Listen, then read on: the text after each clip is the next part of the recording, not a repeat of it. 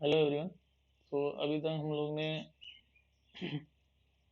Society के बारे में पढ़ा था। सोसाइटी में हम लोग ने सोसाइटी की मीनिंग पढ़ी थी, सोसाइटी की डेफिनेशन, देन सोसाइटी के कैरेक्टरिस्टिक्स पढ़े थे।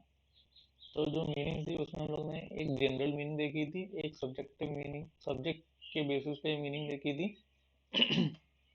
डेफिनेशन में हमने गिन्सबर्ग की डेफिनेशन देखी थी, एंड देन मैगी की डेफिनेशन देखी थी, एंड देन कैरेक्टरिस्टिक्स हम लोग ने मैक्लेवर से कैरेक्टरिस्टिक्स पढ़े थे।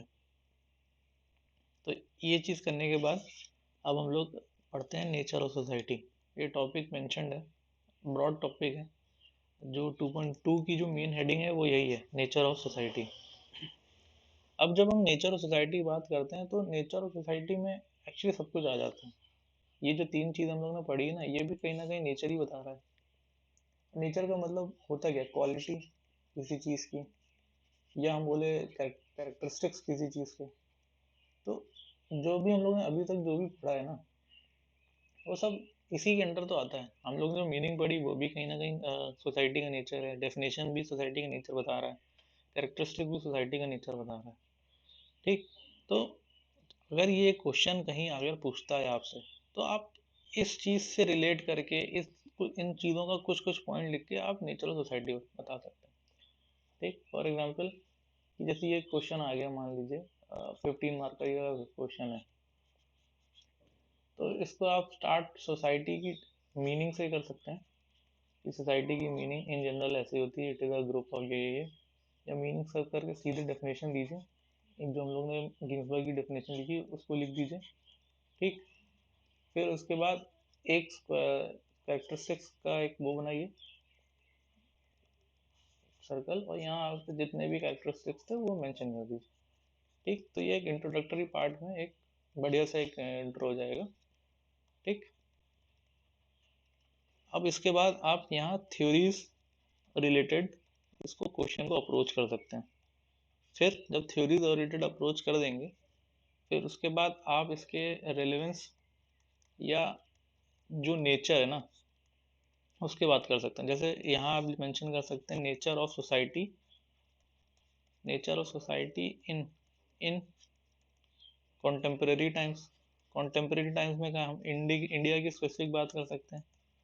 ठीक। दूसरा हम बात कर सकते हैं कि सोसाइटी कैसे चेंज हो रही है, जिसमें हम लोग लिख सकते हैं इम्पैक्ट ऑफ फोर्सेस।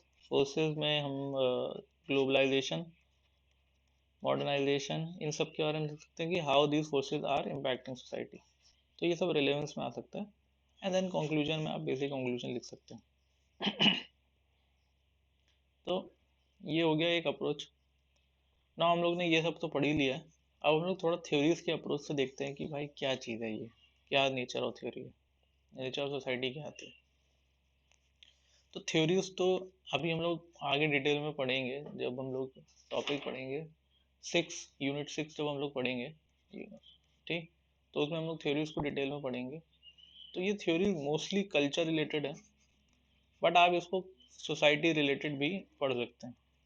सोसाइटी और कल्चर में दे आर डिफरेंट, बट अगर कोई थ्योरी कल्चर पे एप्लीकेबल है तो कहीं ना कहीं उसको सोसाइटी पे भी लागू करा जा सकता है। ठीक। अब इसको हम लोग इनिशियली जो स्टार्ट करेंगे ना, स्टार्ट करते हैं हम लोग जो ये थ्योरीज आने से पहले भी मतलब कुछ डिबेट चल रहा था ना। ठीक। जहाँ से ओरिजिन हुई ये सब थ्योरीज, उससे पहले भी कुछ चल रहा था, तो वो हम लोग उस पर मेन फोकस करेंगे। ठीक।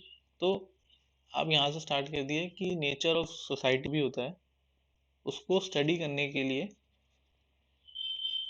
उसको स्टडी करने के लिए हम लोग स्टडी क्या करते हैं, हम लोग स्टडी करते हैं रिलेशनशिप। रिलेशनशिप पे ही है पूरा पूरा सब्जेक्ट। तो we study the relationship between what, between man, between human, between citizens and its society. ठीक। तो जब हम लोग नेचर और सोसाइटी की बात करते हैं तो हम लोग रिलेशनशिप और मैन और सोसाइटी के नेचर को हम लोग स्टडी करते हैं, और वही हमारा नेचर ऑफ सोसाइटी दे देता है। तो इनिशियली जो ओरिजिन है, हम लोग बात करते हैं एरिस्टोटल से। तो एरिस्टोटल की एक फेमस लाइन है, एवरीवन नोस, कि man is a social animal, man is a social animal. तो हर चीज़ यहीं से स्टार्ट होती है भाई। ठीक, पहले इसको थोड़ा समझ लेते हैं, man is a social animal क्या मतलब। एनिमल, जो एनिमल की जो भी फीचर्स होती है ना वो हमारे अंदर हैं। एनिमल वाइल्ड होते हैं, दे प्रीडेट, दे कंज्यूम। ठीक, रिसोर्सेज जो अवेलेबल होते हैं उस पे ये लोग कंज्यूम करते हैं। ये सब सब कुछ जो भी एनिमल की फीचर्स होती है वो हमारे अंदर भी है। हम लोग एक टाइप ऑफ एनिमल ही हैं, हम लोग सेम किंगडम से बिलोंग करते हैं और सेम हम लोग की अप्रोच होती है। But then there is a word attach to it that is social. तो सोशल बेसिकली रिलेशनशिप्स है कि हम लोग क्या सिंगली एग्जिस्ट नहीं कर सकते। जब मैन सोशल है ना, उसको कोई ना कोई और चाहिए साथ में एग्जिस्ट करने के लिए। It needs the help of others to exist and to flourish, to produce, to reproduce, to move forward. इसलिए एरिस्टोटल ने बोला कि man is a social animal. और because he is social, because he interacts, because he has relationship building capacity with others, therefore this feature leads to the formation of an institute in the form of society। ठीक, और यही society which is a collection of relationships defines the nature. ठीक, तो man is a social animal हमने पढ़ लिया। इसके बाद आती हैं कुछ सोशल, ऐसी सोसाइटी का फॉर्मेशन कहाँ से हो रहा है कि नेचर ऑफ मैन है कि मैन का नेचर ऐसा है। ठीक, मान लीजिए एक्स नेचर है। अब इस एक्स को हम लोग फुलफिल करने के लिए हमने सोसाइटी फॉर्मेशन करी। ठीक, तो इट इज़ एन इंडिविजुअल या मैन ड्रिवन थ्योरी है। ठीक, इसको हम लोग क्या कहते हैं, इसको हम लोग कहते हैं social contract theory. Social contract theory, social contract theory कहते हैं इसे। ठीक, पहले हमने क्या पढ़ा, Aristotle is a man is a social animal. एक ये अब पढ़ रहे हैं हम लोग सोशल कॉन्ट्रैक्ट थ्योरी। ठीक, और यहाँ हम लोग ने क्या पढ़ा था, relationship between man and society. ठीक, अगर हम लोग सोशल कॉन्ट्रैक्ट थ्योरी की बात करते हैं तो बहुत सारे स्कॉलर्स हैं जिन लोग ने ना जो मैन के नेचर को डिफाइन करते हैं कि मैन ऐसा है तो ऐसा हुआ है, एक्स है तो वाई हुआ है। ठीक, तो इसमें सबसे पहले जो नाम आता है वो आता है आपका हॉब्स का। तो भैया हॉब्स क्या कहते हैं, हॉब्स कहते हैं कि फॉर हॉब्स, देखो हॉब्स को ऐसे याद करो, होप। ठीक, बट ये बंदे को होप से होप याद करो, but he is not hope, मतलब इसके अंदर होप नहीं है, it is he is a hopeless person. ठीक, तभी तो लेस लिखा है ना होप। तो ये कहता है कि मैन इज सेल्फिश। मैन का नेचर कैसा है, सेल्फिश। सेल्फिश का मतलब पता ही है।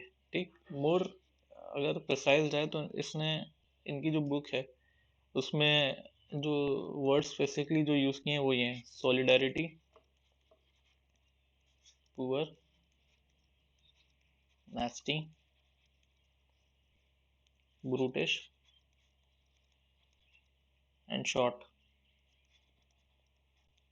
तो ये स्पेसिफिकली वर्ड यूज किए हैं, इसकी ये मेंशन कर सकता, कर दीजिए, बट मेनली सेल्फिश। ठीक, तो because of this selfish nature of man what happens that it results into conflict, परपीचुअल conflict. परपीचुअल मतलब जो कभी रुकता नहीं, चल ही जा रहा है कन्फ्लिक्ट। ठीक, तो because of this the man, it the society या man and the humans are into perpetual conflict with each other. ठीक, to conflict with each other. So to prevent this, अब इसको प्रिवेंट करने के लिए what humans did, that they formed, or they organize themselves into state। ठीक, state, और इसको society भी बोल सकते हैं। अब ये स्टेट और सोसाइटी को कुछ रूल्स, पावर, अथॉरिटी दे दी। ये पॉलिटिकल एंथ्रोपोलॉजी में पढ़ेंगे, ये पावर अथॉरिटी के बारे में मोर स्पेसिफिकली, तब हम लोग स्टेट के बारे में पढ़ेंगे। बट जब बिकॉज मैन इज सेल्फिश, तो ह्यूमंस ने अपने आप को ऑर्गेनाइज कर दिया स्टेट और सोसाइटी के फॉर्म में, जिस और इन सोसाइटी और स्टेट में रूल्स पावर्स अथॉरिटी दे दी, जिस बेसिस पे ये हमारी जो कन्फ्लिक्ट्स हैं, जो हमारा सेल्फिश नेचर है, उसको रेगुलेट करते हैं। And because of this regulation जो कन्फ्लिक्ट है और जो chaos है वो डिक्रीज हो जाता है, and so the relationship between man becomes stable. Hobbes का कहना ये। सिमिलरली लॉकी लॉक्स जो हैं वो कहता है कि जो कि थोड़ा पॉजिटिव साइड में है, तो ये कहता है कि जो मैन ना bye nature is peace, goodwill, he has mutual assistance. So he, for him, a man is good man, his nature is positive, and he exists for in peace with others.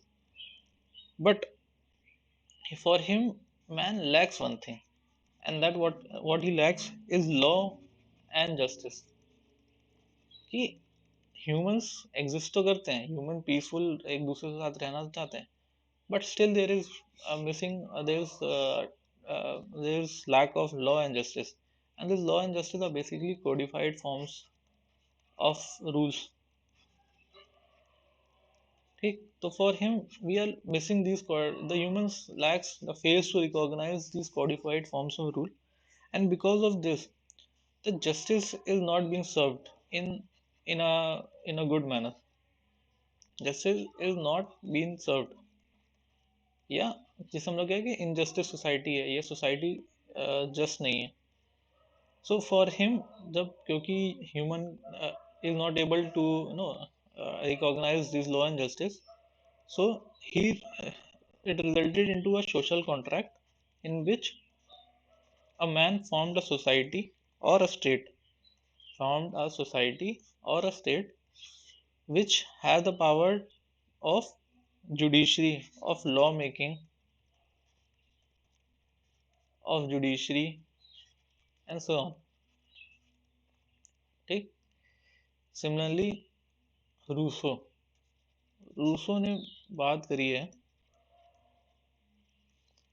इनकी book है social contract, 1972 में दी है। Social contract book नहीं, contract social, social contract 1762 में book लिखी थी।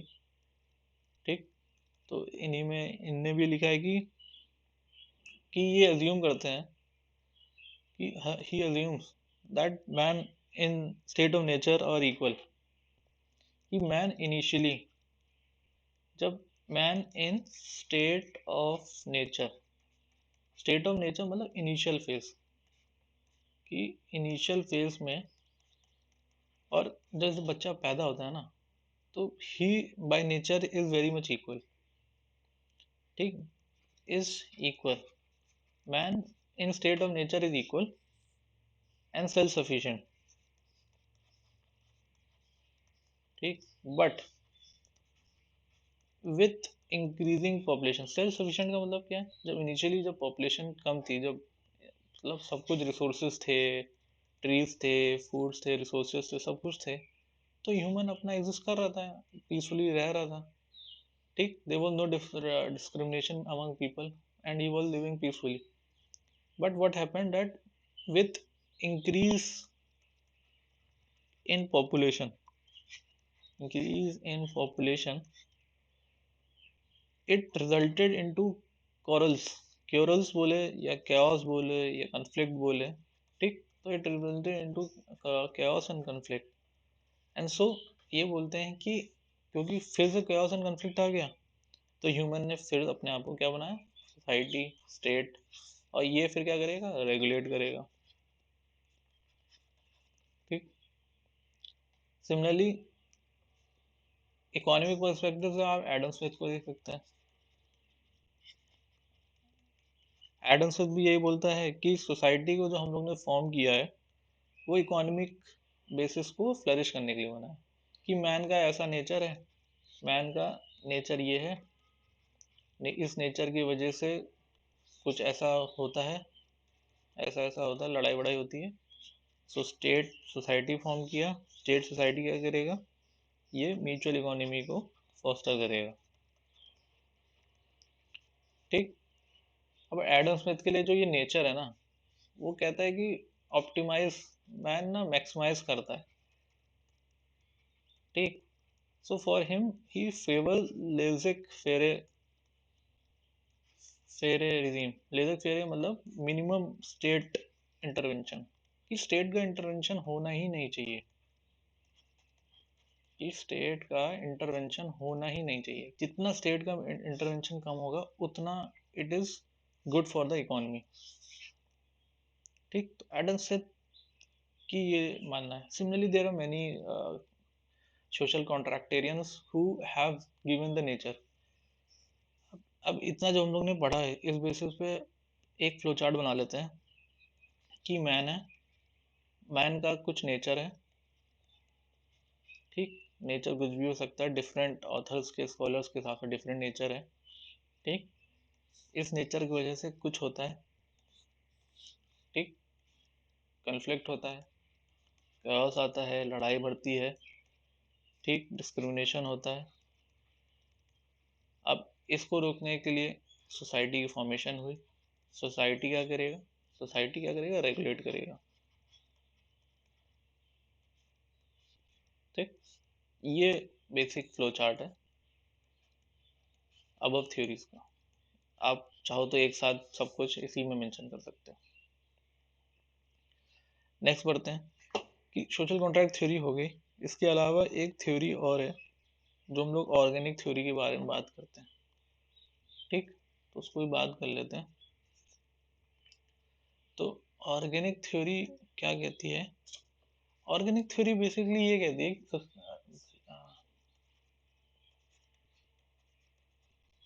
दी organic theory. ठीक।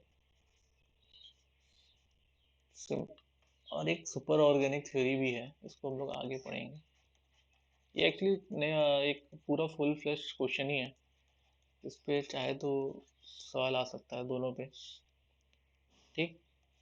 तो ऑर्गेनिक थ्योरी हम सोसाइटी के लिए करते हैं रिफर, और सुपर ऑर्गेनिक थ्योरी हम लोग कल्चर के लिए रिफर करते हैं। इसको हम लोग जब कल्चर पढ़ेंगे तब हम इसको रिफर करेंगे, अभी हम लोग सोसाइटी को पढ़ते हैं। ठीक। तो सोसाइटी में हुआ क्या कि प्लेटो ने तो सोसाइटी और स्टेट को मैग्नीफाइड ह्यूमन बीइंग से कंपेयर कर दिया। होता क्या है कि एक एनालॉजी है, ये एनालॉजी ड्रिवन अप्रोच है। इसमें जैसे जो सोसाइटी है ना, उसको एक ऑर्गेनिक ऑर्गेनिक या ऑर्गेनिज्म से कंपेयर किया गया है। बेसिक नहीं है। अब अगर आप इसको तोड़ दोगे ना, तो आप इसके अंडरस्टैंडिंग निकाल लोगे। अभी इसको डिटेल में पढ़ते हैं। ठीक। बट डिसिप्लिन के हिसाब से पढ़ते हैं जहाँ आपको एक्चुअली मार्क्स मिल जाएगा। तो सबसे पहले हमारा आपका जो प्लेटो होता है, प्लेटो प्लेटो बोलता है कि सोसाइटी और state can be compare to a magnified human being. ठीक। सोसाइटी और state can be compared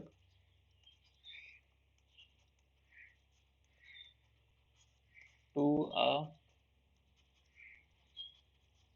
magnified human being.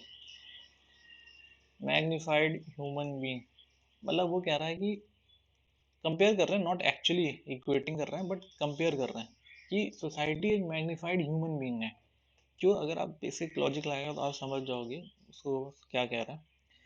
Also प्लेटो के लिए जो ये सोसाइटी और स्टेट है ना, इसको ही divides it into three: rulers, warriors and artisans. ठीक। ये इससे रिलेटेड नहीं है, बट मैं आपको भी बताऊंगा। ठीक। अब रूलर्स को बोल के पास विजडम है, नेचर, ये नेचर बता रहा है। वॉरियर्स के बाद करेज है, एंड आर्टिसंस के बाद डिजायर है। तो ये सब नेचर है of these kinds of humans, कि जो सोसाइटी है वो इन इन तीन क्लासिफिकेशन में डिवाइडेड है। और ये इन सोसाइटी का नेचर है। ठीक, तो हम लोग आखिर में पढ़ तो यही रहे ना, नेचर ऑफ सोसाइटी। ठीक, तो इनिशियली क्या बोलता है कि स्टेट का नेचर क्या है, it magnified human being. Then ये स्टेट को तीन क्लासिफिकेशन में डिवाइड करता है कि स्टेट में तीन तरीके के लोग पाए जाते हैं। क्योंकि हम लोग क्या बेसिक पढ़ रहे हैं, हम लोग पढ़ रहे हैं कि मैन का नेचर, मैन और स्टेट के बीच में जो रिलेशनशिप है वही होगा, प्लस हम लोग मैन का नेचर पढ़ रहे हैं और इससे हम लोग स्टेट के नेचर को निकाल रहे हैं। तो प्लेटो कहता है कि जो सोसाइटी और स्टेट है, it is like it has a nature of a magnified human being. दूसरा ये कहता है कि स्टेट्स और सोसाइटी को तीन क्लासिफिकेशन में डिवाइड कर सकते हैं और इन तीन क्लासिफिकेशन के तीन डिफरेंट डिफरेंट नेचर्स हैं, और ये तीन नेचर ही मिलके एक सोसाइटी का फॉर्मेशन करते हैं। ठीक, ये एक हायरार्किकल अप्रोच भी कह सकते हैं, या आप इसको क्लासिफाइड या स्ट्रेटिफाइड अप्रोच भी कहा जा सकता है।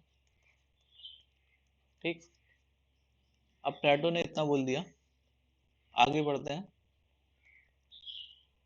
मैं हिस्ट्री से जिसने पहले बोला फिर अब बाद में क्या बोला, एक थोड़ा क्रोनोलॉजी टाइप में बना रहा हूँ। ठीक, अब इसके बाद आते हैं एरिस्टोटल।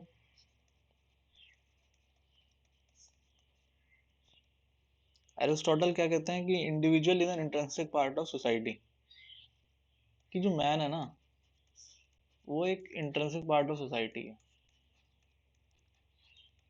कि मैन को सोसाइटी से सेपरेट कर ही नहीं किया जा सकता। अगर मैन और मैन को सोसाइटी से निकालते हैं, अगर ये सोसाइटी है और इससे मैन को निकाला जाता है, ठीक, मैन को अगर निकाल दिया तो सोसाइटी ना डिसइंटीग्रेट हो जाएगी। ठीक, तो अरिस्टोटल का क्या कहना है कि man is an intrinsic part of society.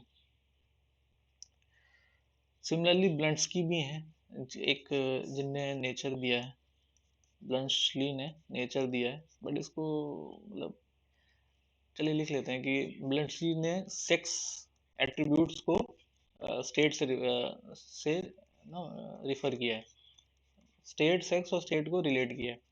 उसके लिए ब्लंट्सकी के लिए स्टेट ना मैस्कुलिन कैरेक्टर होता है, मैस्कुलिन, और जो चर्चेज होते हैं ना, चर्च, वो फेमिन फेमिन नेचर है। बाद नेचर की बात कर रहे हैं ना, तो ये नेचर है किसका, स्टेट का नेचर क्या है, मैस्कुलिन, और चर्च का नेचर क्या है, फेमिन। ब्लंट्सली क्या कहता है।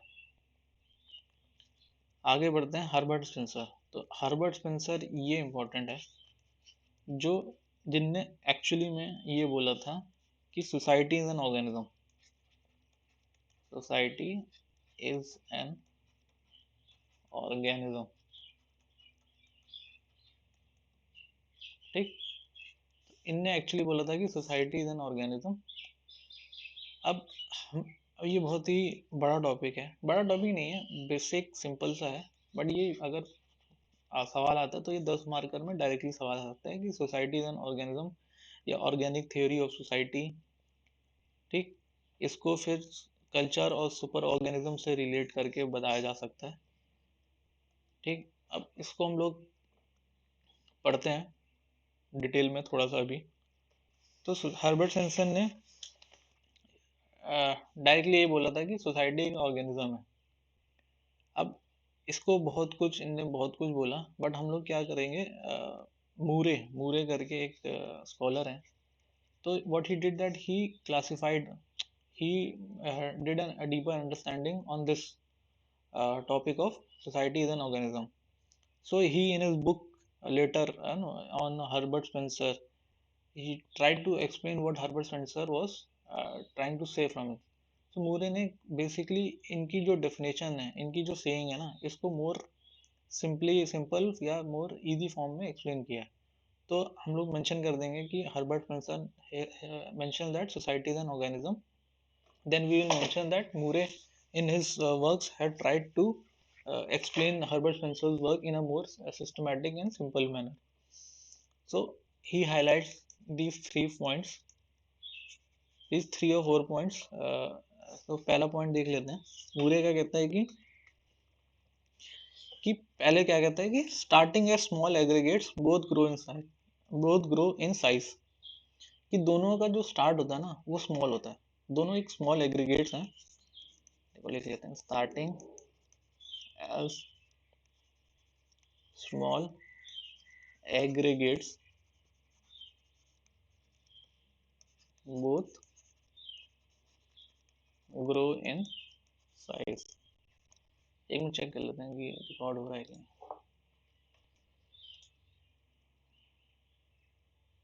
हाँ तो रिकॉर्ड हो रहा है, ठीक। तो starting as small aggregates both grow in size, starting as small aggregates both grow in size, ठीक। मतलब दोनों का जो स्टार्ट होता है ना, एक ऑर्गेनिज्म का भी स्टार्ट एक सेल से ही होता है, ठीक। एक ऑर्गेनिज्म, एक सोसाइटी का स्टार्ट ह्यूमन से होता है। एक मैन आता है, दो मैन आते हैं, और फिर धीमे धीमे धीमे बड़ा होता जाता है, ठीक। सिमिलरली एक ऑर्गेनिज्म ना एक सेल बनता है, एक सेल से दो सेल, तीन सेल, और धीमे धीमे फिर पूरा ऑर्गेनिज्म बनता है। तो starting as small aggregates both grow in size, ठीक। अभी क्या सिमिलरिटीज पढ़ रहे हैं, सिमिलरिटीज। एक जब भी है ना कोई भी चीज की कंपैरिजन पूछते हैं ना, कि compare society and organism, why did our Spencer said about that society and organism, why X is Y, ऐसा कुछ कोई सवाल आता है, तो उसमें हमेशा हम लोग इसके सिमिलैरिटीज और इसके डिफरेंसेस को मेंशन किया करते हैं, ठीक। तो अभी हम लोग क्या पढ़ रहे हैं, सिमिलैरिटीज को पढ़ रहे हैं। तो मूरे ने हाईलाइट करी सिमिलैरिटीज, और पहली सिमिलैरिटी ये था कि दोनों स्मॉल एग्रीगेट्स स्टार्ट करते हैं and then they grow in size. Aggregate मतलब कि कलेक्शन है स्मॉल स्मॉल चीज़ों का, और इसका कलेक्शन को ही एग्रीगेट्स कहा जाता है, ठीक।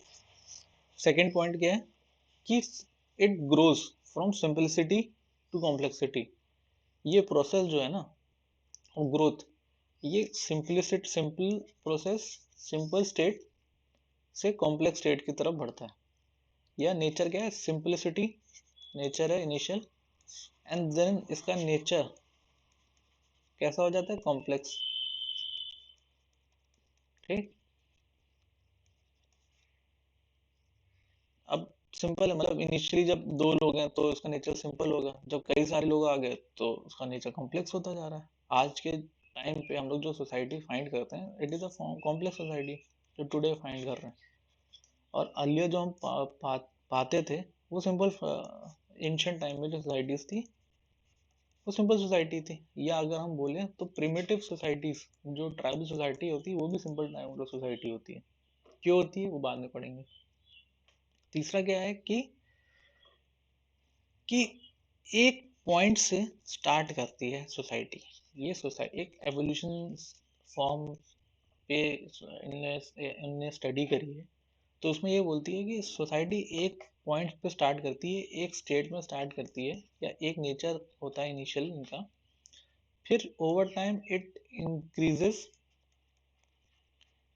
And it results into differentiation, कि डाइवर्ज करते हैं, इंक्रीजिंग, डिफरेंशिएशन, डाइवर्जेंस, ठीक। इनिशियल जब सोसाइटी स्टेट फॉर्म होती है वो कई डायरेक्शन में मूव करती है, क्योंकि कई सारे इनपुट्स आते हैं। अब इन इनपुट के बेसिस पे वो कई सारे डायरेक्शन में मूव करने लगती है। अब होता है क्या है कि एक टाइम के बाद रियलाइजेशन होती है कि differentiations and divergence are only bringing about instability. So instability in the sense कि लोग टूट रहे हैं, अलग हो रहे हैं। तो उससे क्या होता है कि the need of mutual dependence increases, the need of mutual dependence increases, and when this mutual dependence, the need of mutual dependence increases, the dependence on life as a whole increases, dependence on life as whole increases. अभी मैं समझाता हूँ इसमें क्या बोलना, ठीक। Dependence on life as whole increases. इसके बाद ये बोलते हैं कि जैसे ये डाइवर्जेंस हो रहा है ना, इसके बाद ये इंटीग्रेट हो जाते हैं,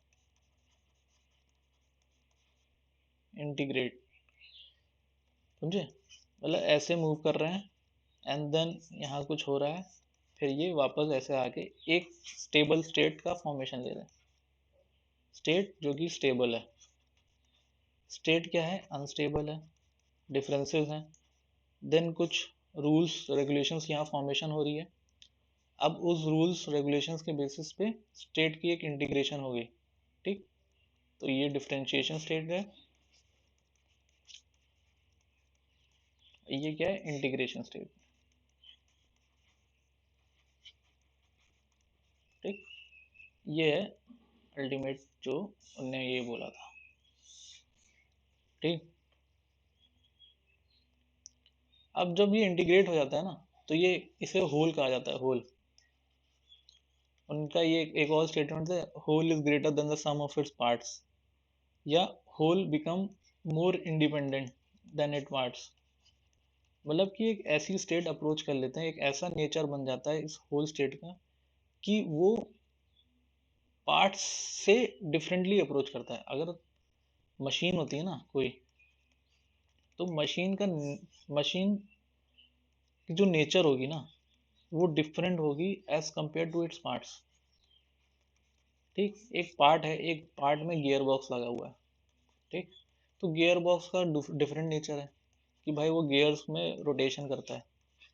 अब इस गियर बॉक्स से हो सकता है मशीन का जो आउटपुट हो वो डिफरेंट हो, ठीक। तो जो मशीन का जो स्टेट ऑफ नेचर है ना, जो मशीन का जो नेचर है, वो is independent of its parts. तभी बोला जाता है कि होल इज ग्रेटर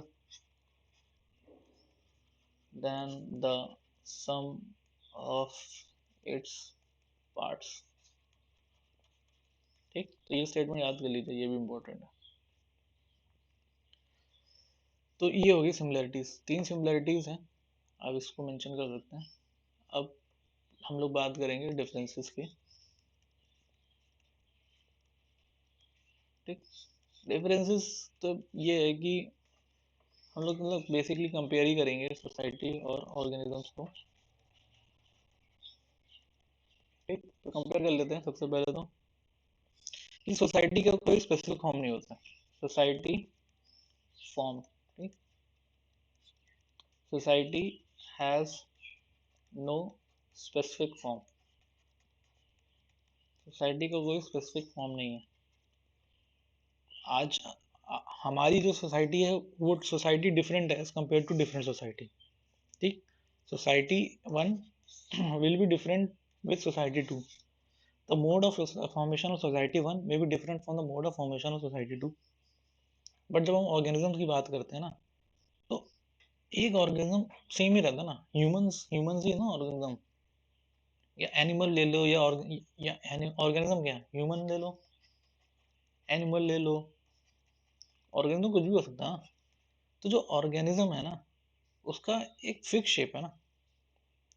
ह्यूमंस के तो ऑर्गन्स हैं, ऑर्गन सिस्टम है, रेस्पिरेटरी सिस्टम है, एक फिक्स डिफाइंड है।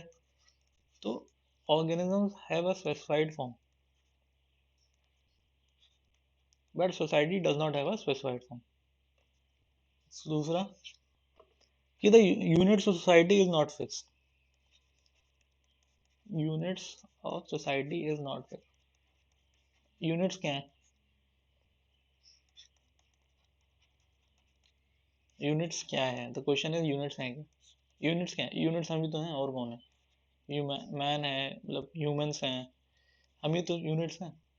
तो हम सोसाइटी में एंटर करते हैं, सोसाइटी से बाहर निकलते हैं, बच्चे बॉर्न होते हैं, दे आर डिफरेंट, उनका कल्चर डिफरेंट है। तो unit society is not fix, change होते रहते हैं, सब्जेक्ट टू मल्टीपल फैक्टर्स होते हैं। बट जब हम सेल की बात करें ना, तो यूनिट सेम होते हैं, दैट देयर आर फिक्स। क्या सेल्स तो फिक्स है ना, ऑर्गन्स फिक्स है, चेंज थोड़ा ना हो रहा है, वही चीज़ है, उसी को चलाना है। तीसरा कि यूनिट्स क्या, तीसरा तो हमने बात कर ली, यूनिट्स क्या, डिस्पर्स पर्सन है। इसमें यूनिट्स की बात कर ली कि they are cells and organs, ठीक। चौथा की बात कर लेते हैं। चौथा क्या है, society have no common sensorium और सेंटर ऑफ कंसेप्शन, कि society has no common centre of perception.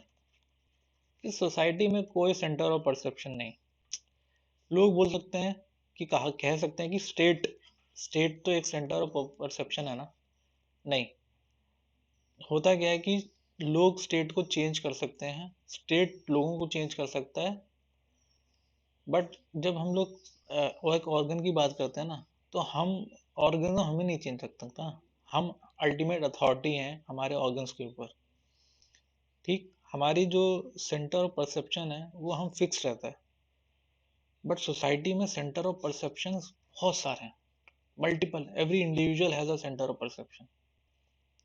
ठीक, तो ऑर्गन्स में देर इज नो, ऑर्गन्स में there is common centre of perception, common centre of perception. ठीक, अब और भी चीज़ है, और भी कर सकते हैं, बट इतना ही है। तो हम लोग ने पढ़ लिया सिमिलरिटीज, देन हम लोग ने पढ़ लिया डिफरेंसेस। अब पढ़ते क्या है, हम लोग बेसिकली नेचर ही पढ़ रहे हैं ना अभी तक। तो हम लोग ने नेचर देख लिया है किससे, एक हम लोग ने देख लिया सोशल कॉन्ट्रैक्ट थ्योरी से, दूसरा हम लोग ने देख लिया आपका ऑर्गेनिक थ्योरी से। नेचर नेचर पढ़ा। अब सोशल कॉन्ट्रैक्ट थ्योरी ना इंडिविजुअल बेसिस पे हो जाता है कि एक मैन का एक नेचर है, और वो अज्यूम करके चलता है कि जो ये नेचर है ना इंडिविजुअल का, वो कॉमन होगा, वो सबका नेचर होगा। मतलब मेरा नेचर अगर मैं सेल्फिश हूँ, तो दूसरा बंदा भी सेल्फिश होगा, तभी तो स्टेट फॉर्मेशन होगा ना। तो ये इसकी क्रिटिसिज्म है, ये इसकी क्रिटिसिज्म है कि इसका अजम्पशन जो है ना कि हर इंसान का जो नेचर है सेम है, वो गलत है। जब ऑर्गेनिक थ्योरी की बात करते हैं, तो ऑर्गेनिक थ्योरी इंडिविजुअल्स को नेग्लेक्ट कर देता है। ठीक, वो स्टेट या स्टेट पे या सोसाइटी पे ज़्यादा इसका एम्फोसिस होता है ऑर्गेनिक थ्योरी का, इंडिविजुअल को नेग्लेक्ट करता है, इंडिविजुअल की कैपेसिटीज को टू ग्रेट एक्सटेंट ये नेग्लेक्ट कर देता है। ये इसका क्रिटिसिज्म है। ठीक, अब अल्टीमेटली जब हम लोग ये सब को सम अप करें ना, तो हम एक चीज़ पे तो कंफर्म ये आ जाते हैं कि जिसको हम लोग डिनाई कर सकते हैं कि man is social by nature, social by nature. और इसी चीज़ से सोसाइटी फॉर्मेशन होती है, ये सबसे इम्पोर्टेंट चीज़ है। अब why is man social by nature, इसका रीज़न है नेसेसिटी,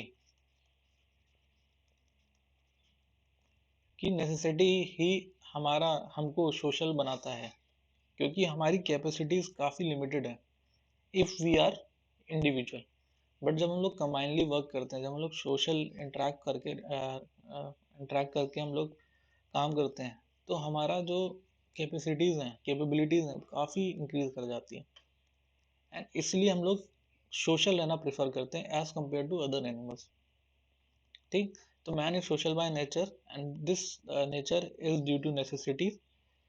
इस पे मतलब मैक्लेवर ने कुछ केस स्टडीज भी करी थी, कुछ स्टडीज करी थी। तो एक जैसे हिंदू एक चिल्ड्रन है, हिंदू चिल्ड्रन वो डिस्कवर करता है in wolf den in 1920। And what he found similarly, एक और लिख लेते हैं, एक ये करता है, दूसरा एक कैस्पर ह्यूसन ह्यूसन पाया जाता है, इंसान है, he is a person, he was found in the woods of Nuremberg. He was found in the woods of Nuremberg, and there he lived there in isolation. And there he lived there in isolation for 17 years. So that these children and this person Caspar Hewson, they both lacked features. They both lacked humanly features. What he observed that they were not able to walk properly. There was no language. They were not able to communicate. They were not able to speak properly. Their manners were very much different from what we see today. and their nature was indifferent. So what we can say that their nature was indifferent to humans and very much similar to animals. So the nature was very much similar to the animals. Therefore, he concluded that based on this study, McCleaver concluded that society is needed. Society is needed. Society is needed for development in humans. Why needed? For this only कि हम हमारा जो capabilities है उनको realise कर सकते हैं, हम ह्यूमंस की तरह ऑपरेट कर सकते हैं। अगर हम सोसाइटी नहीं होगी, अगर हम सोशल हमारा नेचर नहीं होगा, हम इंटरेक्ट नहीं करेंगे ना, तो हम एक एनिमल स्टेट में चले जाएंगे। ठीक, इसकी रेलेवेंस अभी हम लोग लिखेंगे 21st सेंचुरी में करंटली जो अभी क्या चल रहा है उससे हम लोग थोड़ा कोरिलेट करके अभी लिखेंगे। ठीक, अभी हम लोग ने इतना पढ़ लिया, अगर हम इसको और एक्सपैंड करना है ना, इसको और अच्छे से एक्सप्लेन करना है, अगर आपको और मल्टीपल पॉइंट्स लिखने हैं, तो आप इसको ना एंथ्रोपोलॉजिकल जो थ्योरीज है ना उससे आप रिलेट करके लिख सकते हैं। ठीक, एंथ्रोपोलॉजिकल जितनी भी थ्योरीज हैं इससे आप रिलेट करके लिख सकते हैं। जैसे कि हम लोग ने जो क्लासिकल एवोल्यूशनिस्ट थ्योरी है, ठीक, जैसे एवोल्यूशनिज्म थ्योरीज हैं, ठीक, जो 90th एंड 20th सेंचुरी में आई थी, तो उनके लिए जो जो सोसाइटी का जो नेचर होता है ना, वो एक एवोल्यूशन स्टेट में फॉर्म करता है। जैसे जैसे सैवेजरी, बार्बरिज्म एंड सिविलाइजेशन। ठीक, या civilize, savagery, barbary and civilized. ठीक, सिविलाइज्ड। ठीक, तो ये नेचर है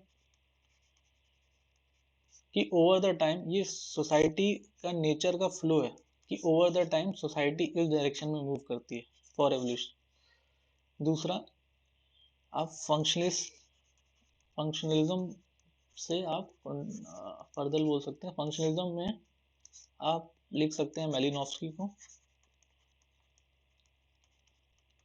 यहाँ आप टाइलर को लिख सकते हैं, ए बी टाइलर, या मॉर्गन को लिख सकते हैं।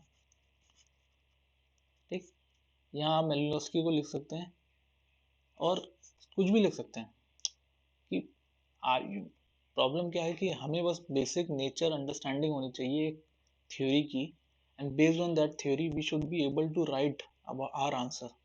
There are multiple books and there may be many lines where a particular statement may have been given, but as a student you cannot learn everything, so you have to make inferences from the basic nature from what this person is talking about. For example, when I talk about that Malinowski is a functionalist and he writes things from functional perspective. So when we are talking about the nature of society, we can write that the nature of society is such that it fulfills the needs of person, and in doing so it it brings about the capacity and characteristics formations. ठीक, so he says that society's nature is to fulfill the needs. Done. Similarly, there are many theories which on which basis you can write this the nature of society. For culture personality, you can even use culture personality school. Now the culture personality school, culture is a function of society. Society से culture आया या culture से society आया, it is a different question. ठीक, उसको हम लोग अलग से करेंगे। बट सोसाइटी और कल्चर हमारा इंडिविजुअल की पर्सनालिटी फॉर्म करता है, तो यहाँ से आप नेचर ऑफ सोसाइटी लिख सकते हैं। सिमिलरली आप सिंबॉलिक एंड इंटरप्रेटिव थ्योरीज का यूज़ कर सकते हैं। इसमें आप टर्नर, यहाँ आप रुथ बेनेडिक्ट को मेंशन कर दीजिए, रुथ बेनेडिक्ट। ठीक, रुथ बेनेडिक्ट को मेंशन कर दीजिए, अच्छा रुथ बेनेडिक्ट को मेंशन कर सकते हैं।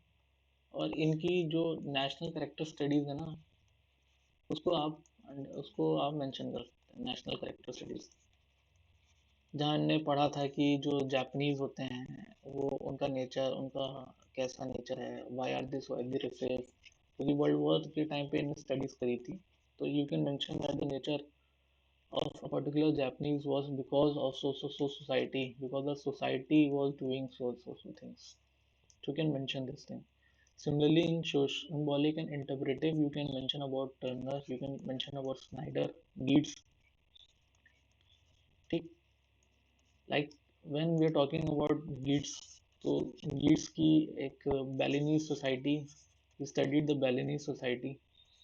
So in that perspective, you can write that how symbols which exist in society, how symbols in society are actually defining a society's nature. That from symbols we can make inference about the nature of society. Okay, so he in Balinese, for example, he mentions about the cockfight,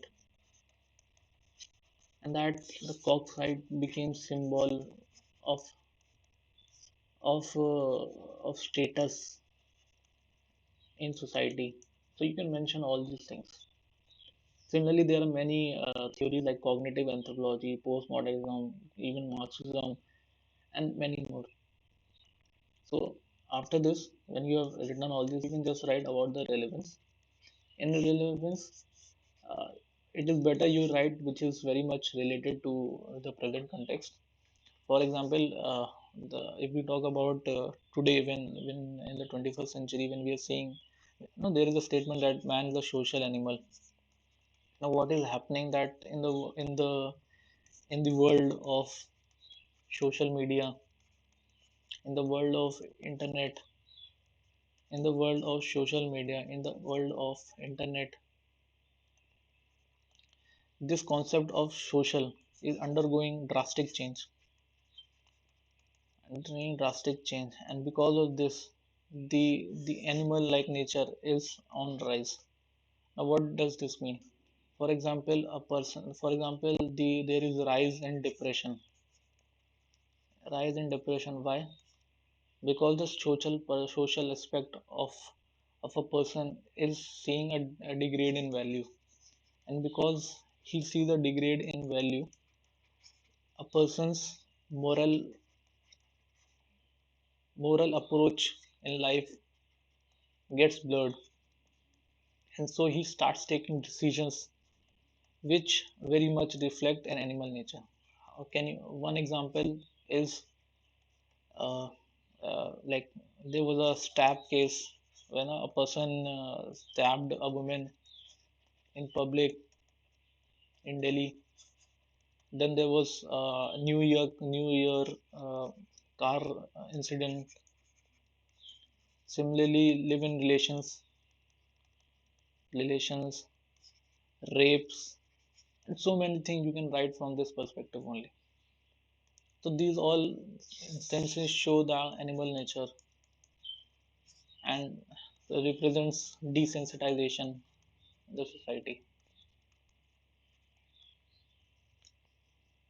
See, so based on this, you can write many things.